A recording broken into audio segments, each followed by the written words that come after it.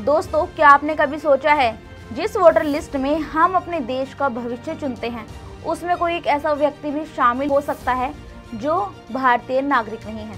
चौंक गए ना? हाँ, और ये सच भी है। सिर्फ एक छोटा सा कागज जो एक फॉर्म भर देने से आप अपनी वोटिंग लिस्ट में नाम फिक्स कर सकते हैं, जिसे कहते हैं फॉर्म 6। आज हम आपको बताएंगे आखिर फॉर्म 6 के जरिए कैसे कोई भी गैर नागरिक इंसान जो कि अपना इंडिया का भी नहीं है वो फिर भी इंडिया में वोट डाल सकता है। चलिए इस पूरी स्टोरी को विस्तार से समझते हैं। बात शुरू होती है भारत के चुनाव आयोग से, जो हर बार की तरह इस बार भी मतदाता की सूची को दुरुस्त करने की मुहिम में जुट चुका है। और इस बार इसकी शुरुआत हो रही है बिहार से, जहां जल्द ही चुनाव होने वाले हैं। लेकिन ये कोई आम सफाई नहीं है, इसे कहते हैं स्पेशल इंटेंसिव रिवीजन यानी SIR, जिसका मकसद है वोटर लिस्ट में उन लोगों को हटाना जो भारतीय नागरिक नहीं हैं। लेकिन सवाल ये है कि आखिर गैर नागरिक वोटर लिस्ट में आए कैसे, और यहीं से शुरू होती है फॉर्म 6 की कहानी। फॉर्म 6 वो जादुई कागज है जिसे कोई भी 18 साल या उससे ज़्यादा उम्र का व्यक्ति भरकर अपने इलाके की वोटर लिस्ट में अपना नाम दर्ज करवा सकता है। लेकिन चौंकाने वाली बात यह है कि इस फॉर्म में आपको ये साबित करने की ज़रूरत नहीं है कि आप भारतीय हैं। बस एक लिखित घोषणा करनी होती है कि हाँ, मैं भारतीय हूँ, और साथ में जन्म तिथि या फिर आपके पते का कोई भी सबूत देना होता है। बस हो गया काम। और यही वो जोखिम है जिसके चलते गैर नागरिक भी वोटर लिस्ट में अपनी जगह बना लेते हैं। अब आप सोच रहे होंगे कि ये तो बहुत आसान है, लेकिन क्या ये हमेशा से ही ऐसा था? जी हाँ, 1960 में बने वोटर रजिस्ट्रेशन नियमों में फॉर्म 6 की सारी डिटेल दी गई है। उस वक्त शायद किसी ने नहीं सोचा था कि भविष्य में अवैध अप्रवासियों की बाढ़ आ जाएगी।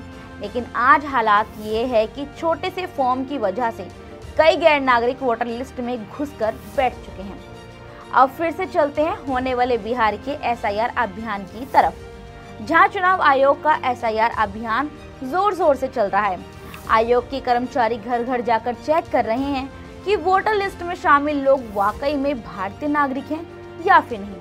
ऐसा गहन संशोधन भारत में आखिरी बार 2003 और 2004 में हुआ था।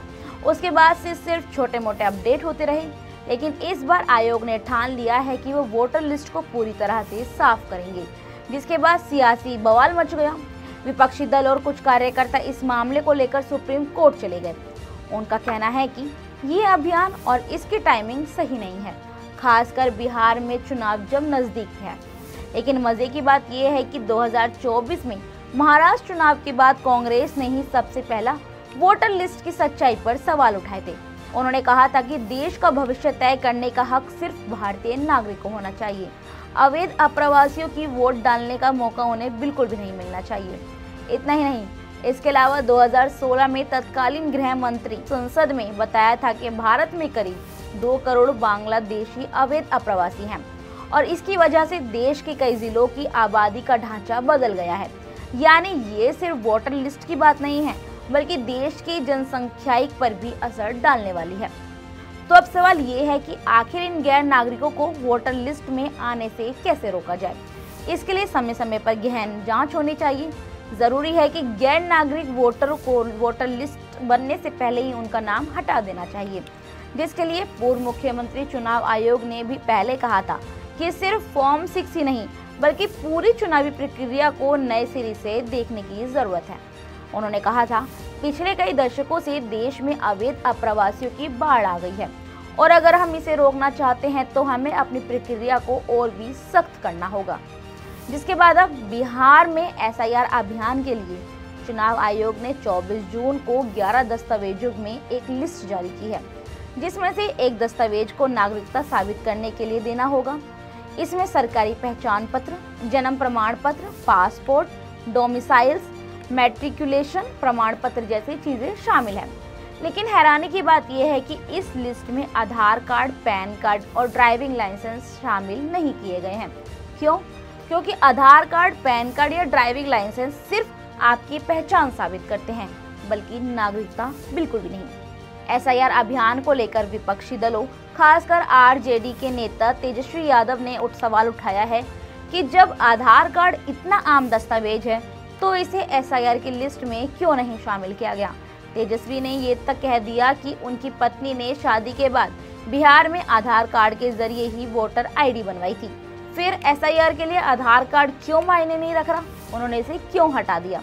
विपक्षी ने ये तक कह दिया कि 11 दस्तावेजों की लिस्ट और एसआईआर अभियान की टाइमिंग सही नहीं है। उनका दावा है कि ये सब कुछ बिहार चुनाव को प्रभावित करने के लिए ही किया जा रहा है, जो कि जानबूझकर कर रहे हैं। तो दोस्तों, कहानी यहीं खत्म नहीं होती है। सवाल ये है, जब हमारा देश इतनी मेहनत से अपनी लोकतांत्रिक प्रक्रिया को मजबूत करने की कोशिश कर रहा है, तो क्या फॉर्म 6 जैसी खामियों को दूर करना जरूरी नहीं है क्या? आप इस बारे में क्या सोचते हैं, हमें कमेंट सेक्शन में जरूर बताइए। धन्यवाद।